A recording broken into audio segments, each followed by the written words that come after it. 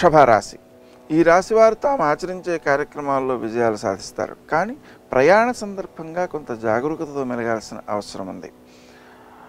గౌతమ నామాల్ని ఉచ్చరించడం ద్వారా ప్రయాణాల్లో ఇబ్బందులను అధిగమించగలుగుతారు.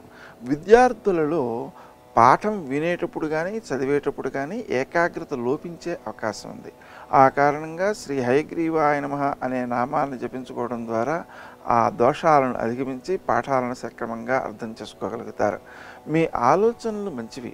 మీ ఆలోచనాశక్తితో ఏ అయితే నిర్ణయాలు తీసుకున్నారో వాటిని ఆచరించిన వారు కూడా ఇతరులు కూడా లాభపడేటువంటి అవకాశం ఉంది. కాబట్టి ఆ ఆలోచన శక్తిని సద్వినియోగం చేసుకోవడం, ఇతరులకు కూడా ఉపకరించడం మంచిది. రావాల్సిన సొమ్ము చేతికి వస్తుంది. ఆ వచ్చినటువంటి సొమ్ము సద్వినియోగం అయ్యేలా ఎక్కువ జాగ్రత్తతో మెలగాలి.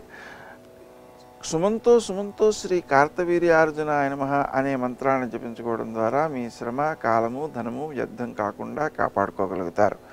అష్టమ శని యొక్క ప్రభావం ఆరంభించే సమయంగా దీన్ని గుర్తించాలి.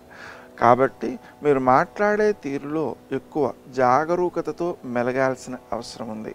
మీరు మాట్లాడే తీరు అపార్థాలనిచ్చే అవకాశం ఉన్న దృష్ట్యా తక్కువగా మాట్లాడడం, ఎదుటివారు మాట్లాడేదాన్ని అర్థం చేసుకోవడానికి ప్రయత్నం చేయడం అత్యవసరం.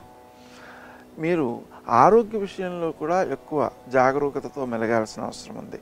సమయానికి ఆహారం తీసుకోవడము, ఏ కొంచెం అనారోగ్యం చేసినా వైద్య సలహాలను తప్పనిసరిగా తీసుకోవడము, వాటిని పాటించటము అత్యవసరం. క్రీం అచ్యుతానంత గోవింద అనే నామం ఉచ్చరించడం ద్వారా ఆరోగ్య సమస్యల్ని కూడా మీరు అధిగమించగలుగుతారు. తండ్రి లేదా తత్సంబంధీకులు వారి ఆరోగ్య విషయంలో కూడా ఎక్కువ శ్రద్ధ చూపించాల్సిన అవసరం ఉంది. వృత్తి స్థానంలో మీరు ఆచరించేటువంటి కార్యక్రమాలు అందరినీ ఆకట్టుకునేవిగా, ఆకర్షణీయంగా ఉంటాయి.